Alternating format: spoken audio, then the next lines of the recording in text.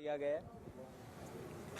वो तो आला कमान ने और माननीय मुख्यमंत्री जी ने क्या समझ के लिया है वो एक अलग विषय है, लेकिन लंबे समय से मैं उस वागड़ अंचल में और मेवाड़ में कांग्रेस के लिए काम कर रहा हूँ, कई पदों पे रहते हुए 4 बार जिला प्रमुख हो गया, प्रधान हो गया, और कॉलेज और स्कूल की राजनीति से लगातार मैं काम कर रहा हूँ।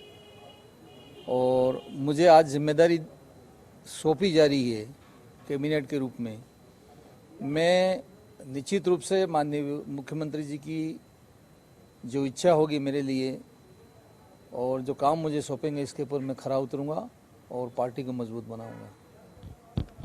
अब आप किस तरह देखते हैं कि पार्टी वागड़ में कैसे मजबूत होगी, किस तरह पार्टी की मजबूती के लिए और जो आपको जिम्मेदारी मिलेगी उसके लिए काम करेंगे, क्योंकि अब आपके अपेक्षाएं और उम्मीदें भी बढ़ चुकी है लोगों की एक बार फिर?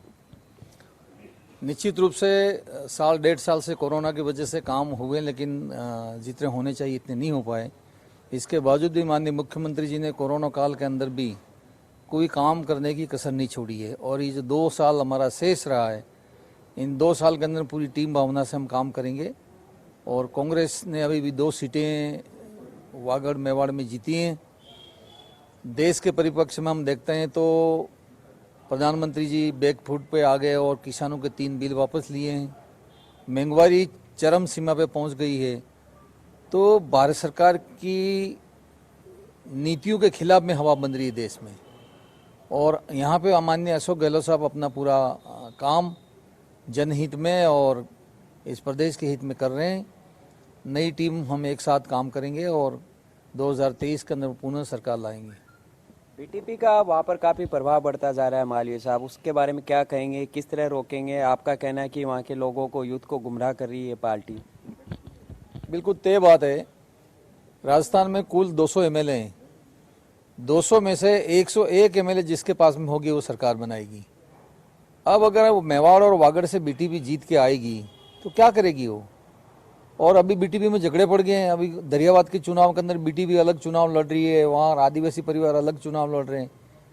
तो बीटीपी का जन्म हुआ 3 साल तो हुए हैं, 3 साल में अभी से बीटीपी टूट रही है। जो लोग हैं वो काम नहीं कर पा रहे हैं। तो बीटीपी के अंदर कोई लोग जुड़ेगा तो कितने दिन जुड़ के रहेगा?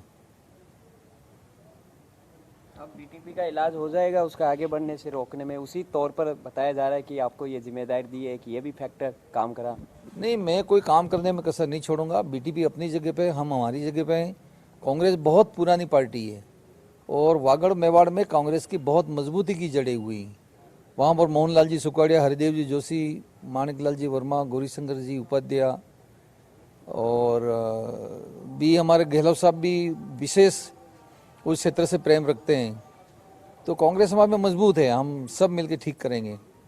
आदिवासी अंचल और उन लोगों की जो समस्याएं हैं उनका किस तरह समाधान तेजी से आप करने की कोशिश करेंगे? देखो, उस अंचल में डिवीजन के अंदर सबसे ज़्यादा राज कांग्रेस पार्टी ने किया है। 3 बार हरिदेव जी जोशी मुख्यमंत्री रह गए, 3 बार 17 साल तक सुखोड़िया जी रह गए, माथुर साहब रह गए। तो हमेशा उदयपुर डिवीजन ने प्रदेश में राज किया है। काम बहुत हुए हैं। अगर शेष काम रहते भी हैं तो हम इसको पूरा कर रहे हैं। विकास में ज़्यादा कोई दिक्कत आ नहीं रही है।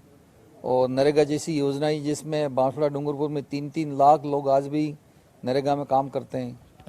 तो पहले वाली स्थिति अब नहीं है, काफ़ी वहाँ पे परिवर्तन आया है। आला कमान ने काफ़ी एक्सरसाइज की, कवायद की, किस तरह हर क्षेत्र को, हर वर्ग को प्रतिनिधित्व दिया जाए, वो एक फैक्टर भी काफ़ी अहमियत रखता है आपकी वापसी में। तो अपुल जो मंत्रिमंडल अभी जो बना है उसमें तमाम समाज को, क्षेत्र को, सबको ध्यान में रखते हुए काम हुआ है।